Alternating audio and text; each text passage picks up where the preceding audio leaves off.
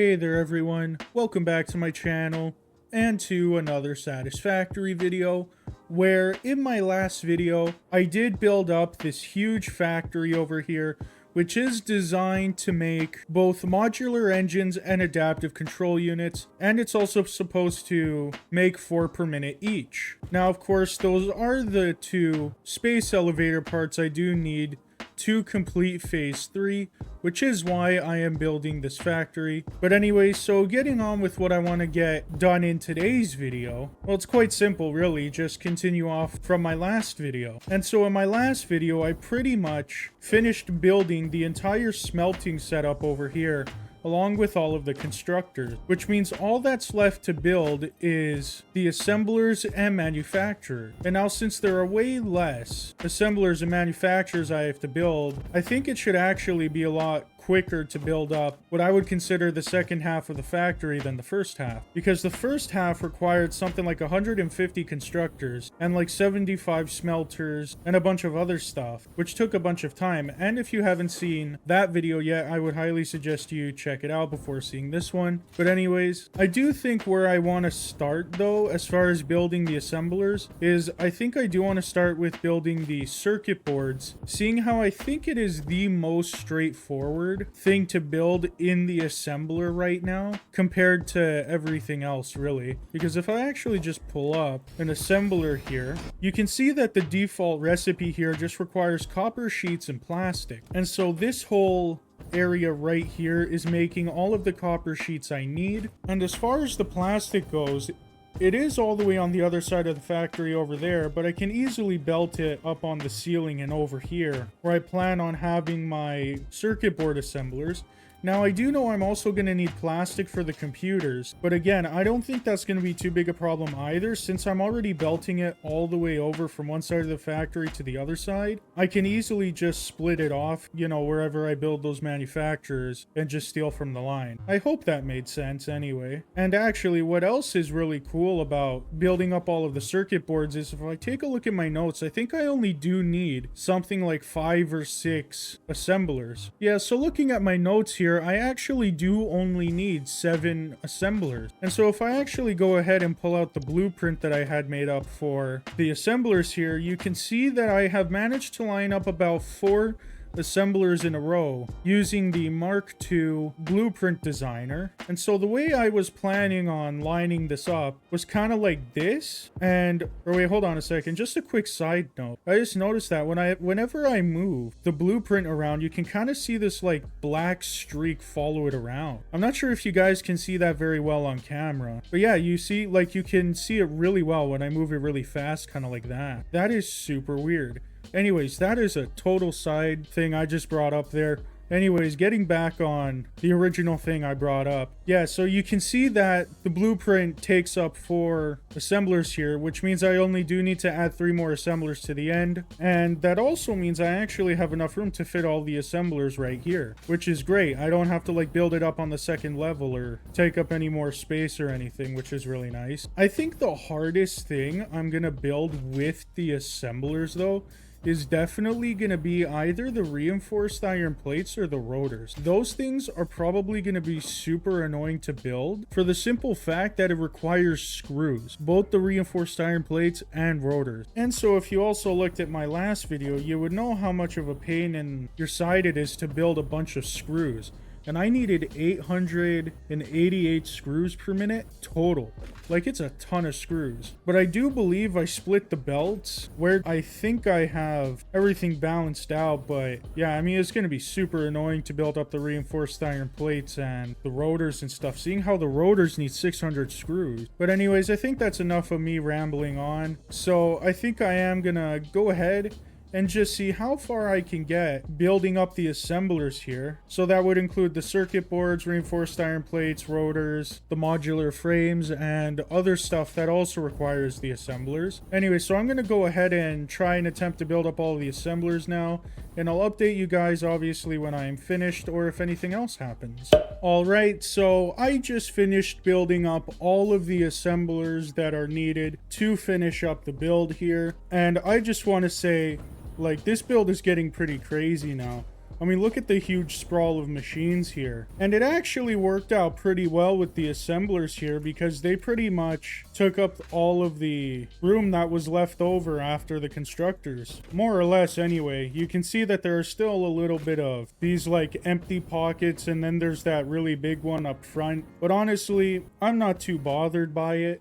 I will get to the second floor in a minute, but just to kind of summarize what's going on down here. So the first machines or assemblers that you see from the front of the factory here are the modular frames, and so I do have 6 assemblers making up modular frames. I think one of them is slightly underclocked. Yeah, you can see one of them is just slightly underclocked because I only do need about 10.667 modular frames per minute, which is why this one is underclocked. And that pretty much goes for all of the assemblers, really. Like, just one of the assemblers at the end of the line is gonna be underclocked. But anyway, so moving on, this line over here is for all the rotors.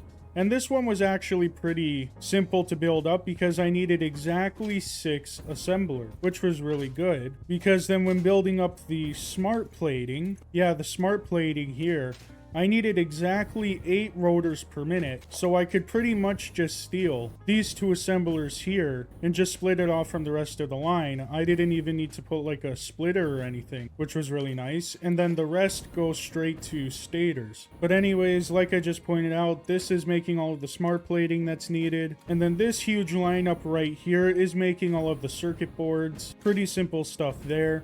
And so if I go ahead and just make my way up to the second level of the factory, this is pretty much where I would like to say the bulk of the assemblers are. So that now I'm up here, you can see that there is a ton of assembling happening here. And so this whole row of assemblers is just for stators, I think. Yeah, stators. And so what the stators are being used for is half of them, or not half of them, but it splits off into one line that gets fed into these assemblers, which are making the automated wiring. And then the other split goes into these 2 assemblers here, making all of the motors that are needed. And also the thing with the automated wiring too is that it also required all of the cable. Or not all of the cable, it required 400 cable per minute, and I am making exactly 468. So I just put a splitter here and split it off to make all of the automated wiring, so pretty simple stuff there. But anyways, like I did mention, I have pretty much built up all of the assemblers needed for this construction project. And actually, if I head over and just pull up a manufacturer, I really do hope I left myself enough room to build up 14 manufacturers, because that's how many manufacturers I'm going to need. I mean, it looks like I built up enough room, because if you take a look at one manufacturer and all of the empty room I left myself in, it looks like it should be enough room. But anyways, if I look in here, the things that I need to build up with the manufacturer are the computers, heavy modular frames, and then of course the space elevator part. Now, like I did mention in my last video, I am going to be using the heavy encased frame recipe simply because it does not use screws, so it is way easier to make just by getting rid of, or not getting rid of, but replacing screws with concrete. And it doesn't even require a lot of concrete either. It only requires, call it 20.6 concrete per minute, which was really nice. I also did have heavy flexible frames, but all that really changed is instead of using steel pipes, it uses rubber, which is still going to be a pain. It requires 400 screws per minute and 18.75 modular frames, which is just absolute insanity. This factory would be way bigger if I went with that recipe. I mean, the factory would be way bigger if I went with the default recipe. But anyway, so I am using the encased heavy frame recipe just to make it a bit easier on myself. And then with pretty much everything else, I'm just using the default recipe for the computer and then space elevator parts. And actually, I think out of the 4 things I do need to make with the manufacturer, I do believe the modular engines are going to be the easiest because they are the only thing in the manufacturer that require 3 things instead of 4 things. Because the adaptive control unit, heavy modular frames, and computer, oh, never mind. I was about to say they all require 4 things, but even the computer only requires 3 things. But even then, it's super easy to get all of the motors, rubber, and smart plating all together and into a manufacturer rather than getting everything needed to build the computer. So I think that's where I'm going to start. And I mean, all of the manufacturers are going to be placed here. And as far as building up all of the modular engine goes, I only do need 4 manufacturers exactly, which I mean is going to take up a ton of room. But the really nice thing about building the modular engine is that everything can fit on one belt, so I don't have to worry about like belt balancing stuff or like splitting and merging different belts together. Anyways, I'm just rambling on here about a bunch of stuff, so I'm gonna go ahead and see if I can build up the manufacturers now. And actually, when I build up all of the manufacturers, I'm pretty much done building the factory, because that's pretty much all I need to build up now is just the manufacturers. And then from there, I just have to flip the breaker and the whole factory will come to life. Now, I mean, it's not like the road is totally done from there. Guaranteed, there are going to be problems with the factory, so I am going to have to deal with a bunch of troubleshooting and stuff afterwards, which, I mean, it just comes with the project, so nothing, you know, unexpected there. But even then, I am making 4 permanent modular engines and adaptive control units, so it is still going to take me a few hours to gather up 100 adaptive control units and 500 modular engine. And as far as the versatile framework goes, because that's also the third thing I need, I've already made that, or automated that, like forever ago in my starter base all the way over there. So I'm pretty much fine with the versatile framework, if you've been wondering that for a while now. But anyways, like I mentioned, I'm pretty much rambling on at this point. So I'm going to go ahead and see how difficult it is to put together all of the manufacturers. And finally, after about 2 hours, I finally finished building all of the manufacturers needed to build up the modular engines and adaptive control units, which then are just dumped into these bins right here. And that actually reminds me, I do need to set up an awesome sink over here somewhere so the bins don't back up, because if these get backed up, then it's a daisy chain of all of the assemblers, manufacturers, constructors. They're all just going to get backed up, and that's not very good at all. But I still have quite a while till I have to deal with that. But I'm just so happy right now that I managed to get all of the manufacturers all set up. Now, I mean, the belt work here, as you can see, I mean, it's not the best, but it isn't the worst either. I could have done way worse than this. But anyways, what's going on here is these 4 refineries here are making all of the modular engines. These 4 are making the adaptive control units. These 4 constructors here are making all of the computers needed. And then these 2 all the way at the end are making the modular frames, or heavy modular frames. And yeah, I mean, I am super proud of what I managed to get done. It took forever to get all of the belt work done and everything, just because, I mean, it's 14 refineries. Wow, manufacturers. It's 14 manufacturers in total, so that alone is just going to take forever to belt up. But anyways, if I actually head down on the first level, I can show you what the belt work looks like under there, since I was making most of everything on the first level anyway. You can kind of see that most of the ceiling in this area right here is just a bunch of belt highways going back and forth here, which, I mean, is kind of like how I planned on getting the materials where they needed to go on the second level anyway. So I'm not complaining too hard about that. It's just very interesting how I had to deal with the logistics and everything going on here. But yeah, I mean, I am totally done this build. Like, I am finished everything, every last constructor, smelter, miner, everything. And it took about, I think it was 12 hours total for this whole build, which is way less time than I thought it was going to take. I thought this thing was totally going to take like 20 plus hours or whatever to build, but it didn't. It only took about 12 hours or 11 and a half hours, which is really good. But anyways, if I head down to the breaker here just before I turn it on, so this whole system right now is using up a total of 2,400 megawatts, which actually is way lower than my first estimate. I thought it was going to take at least 3,000, which is a good thing, by the way. That is a great thing that it is using up 600 less megawatts than I thought it was going to use. That also includes all of the oil refinement stuff going on over there too. Or not all of the oil refinement, at least all of the refineries that are involved in this build here, if that makes sense. But yeah, there's really nothing much more to do do than to flip the switch and see what happens. All right, so I just made myself a world save just in case everything breaks. I can just go ahead and reload. But anyways, if I go ahead and just flip the switch, all things are moving. Things are turning on. Everything is on. Look at that. Everything is on. Now it's going to take forever to get things actually going, but look, everything up here is... Oh, no, wait, hold on a second. Oh, that's not good at all. I can hear things turning on the other level, though. Okay, I just fixed the power problems here. But I can hear things turning on. Look at that. All of the smelters are working now. At least the copper ones. Some of the constructors are already turning on. Look at the belt highway going on over there too. Everything is moving and going where it needs to go. Look at that. I'm already making steel ingots. Already making concrete. Iron ore is going where it needs to go. Oh, we already have assemblers working too over here.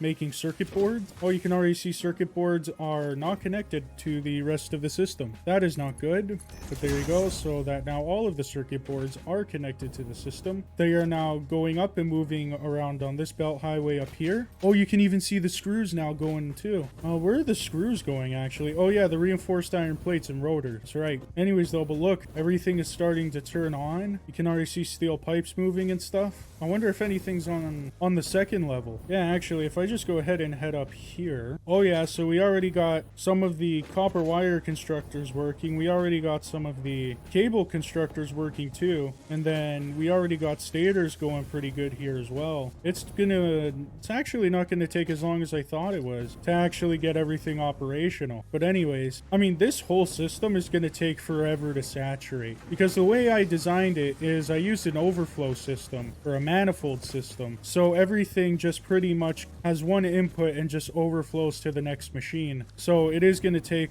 quite a while for everything to saturate and to get up to 100% efficiency. But all I need to do now is just AFK here and see what breaks. But man, it's just so cool just looking at...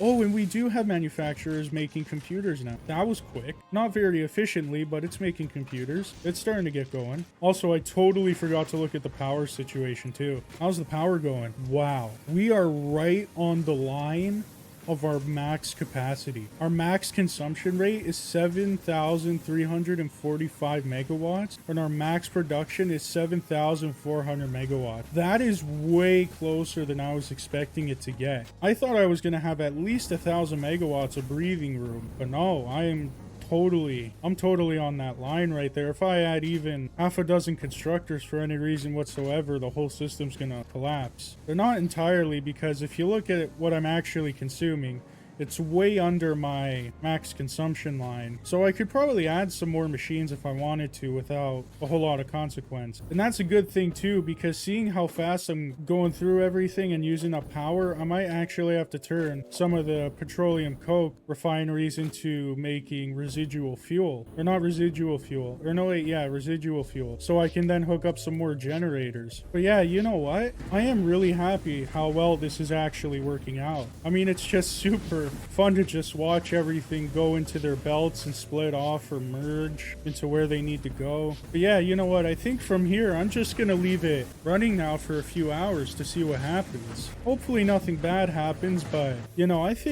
mean, the way it's going right now, it's working pretty well. So I'm just going to, well, like I said, leave it running now for a few hours and see what happens. Alright, then now I have sat here and AFK'd for about an hour and a half here. Everything still seems to be working about as good as it can be. Like I said, I built this entire factory on an overflow system kind of thing. So all the machines have to like get saturated and backed up, kind of like this line right here before it can get fully efficient, if you will. Yeah, looking at some of these constructors though, like this one is fully backed up, but then you have other ones that are not getting enough iron ingots, which is interesting. Actually, one thing I am really interested about is seeing exactly how many modular engines and adaptive control units I've actually made in about an hour and a half. So if I go ahead and just check on the boxes here, it looks like I've made 40 adaptive control units here, which is pretty good, or 41 now. And no modular engines. That's a problem actually, because even after about an hour and a half, it should have made like at least a few, but it hasn't, which tells me I did something wrong. So going through the manufacturers here, yeah, it looks like I'm missing smart plating. So if I just actually go down to this line right here, because this line is supposed to be the smart plating. If I just go down here and see what's wrong with the... Okay, well, there's your problem right there. I totally forgot to connect it. So that's one problem I have to rectify, is actually connecting the smart plating up with the smart plating assemblers. And let's see what else is going on here. It seems like these are fully backed up over here, which is interesting. Yeah, completely backed up on smart plating. Which makes sense, like the smart plating isn't going anywhere. What else is interesting is that all of these are actually not getting any reinforced iron plates. And okay, well, there's your problem right there again. I totally forgot to connect this belt over there. So now there should be some reinforced iron plates heading over into these assemblers over here. And it seems like these assemblers are having some trouble getting iron plates. But again, that could just be like an overflow issue. Like it just needs time to overflow on iron plates and fully saturate. And then the other problem I mentioned a bit earlier is the screw thing. There's a ton of backing up with the screws going on here, which again totally makes sense if there isn't enough what would that be? It's going into making reinforced iron plates and rotors. But I mean, I don't think that's quite a problem. Like you can see that these were moving quite fast here. That's almost at full capacity, looks like it too. So they are definitely moving and going to where they need to go, because we're making rotors and reinforced iron plates. Yeah, you can already see it like dumping straight into the... This would be rotors, right? Yeah, it's just dumping straight into the rotor line. So it seems like everything involving screws is completely saturated, at least on the screw side of things. But anyways, if I head over to the second level and figure out what's going on over there, you know, just check out and see if there are any more problems that need to be solved or anything. But it doesn't look like it. Everything seems to be working as intended. And manufacturers are working pretty well, at least with the adaptive control units. The computers seem to be all working at 100% efficiency too, which I guess kind of makes sense. Like you don't need a whole ton of, well, circuit boards, cable, and plastic to make up all of the computers you need. And same thing kind of for the heavy modular frames. This one is at 100% efficiency. The one beside it though is not at 100% efficiency. It's only at 56, which is actually kind of interesting. And it seems like it's mainly because it isn't getting enough modular frame. Now again, I'm pretty sure I said this at least 4 other times in this video. I built this system on an overflow kind of like system, so it is going to take forever for everything to saturate properly. Yeah, you can already see it going now because it got enough modular frames. Seems like this assembler with the motors here doesn't seem to be working at all, which is a problem. And it's because I forgot to hook it up with the other assembler, but now it is getting all of the rotors it needs. And it should be getting the stators it needs too momentarily. There you go, so stators heading into the system. So it should be working as intended, at least pretty soon now anyway. But yeah, I think that's about it as far as like bugs and problems go. Unless there's something else I missed, I think everything is pretty alright. Yeah, just apart from, you know, attaching the smart plating up to the modular frame, or sorry, not modular frame, modular engine manufacturers up there. But apart from that, I think that's really the only problem I can see here. So yeah, you know what I'm gonna do? I'm actually gonna just fix this because it isn't too hard to fix. It's just running one belt. So I'm going to go ahead and fix that, and then I'm going to leave this to AFK again for another few hours this time and see if there's any change at all. Now I do know like huge mega factories, or this isn't like a huge factory, but definitely big factories like this do take quite a while to fully saturate and reach 100% efficiency across the board. But hopefully at least in a few hours there's some sort of difference that can be seen. Actually, speaking of difference, what is the power usage looking like? So yeah, immediately we are consuming 4,300 megawatts, which is about 1,000 more megawatts than I consumed before I turned the system on. So that's quite a jump in power consumption at least. Yeah, so the system still needs time to fully saturate. So I am going to AFK now for another few hours just to kind of see what happens. And I'm also going to fix the smart plating thing over here. And yeah, so you know what? I'm just going to go ahead and AFK now for another few hours. Alright, so I have left Satisfactory running now for quite a while. It's been at least 8 hours or so, pretty much all day. And so if I go down to the containers here, yeah, you can see I have 657 modular engines there and 512 adaptive control units. So I have way more than enough to unlock, or sorry, to complete phase 3, which is always a good thing. And it does look like that the modular engine manufacturers and stuff are going going much faster and just overall more efficient, which is always nice. I also did add a couple of these awesome sinks here simply to deal with overflow, because those bins are going to fill up eventually, and so when that happens, it's pretty much just going to dump all the overflow into awesome sinks, getting me a whole ton of tickets. And actually, speaking of tickets, how many tickets do I actually have?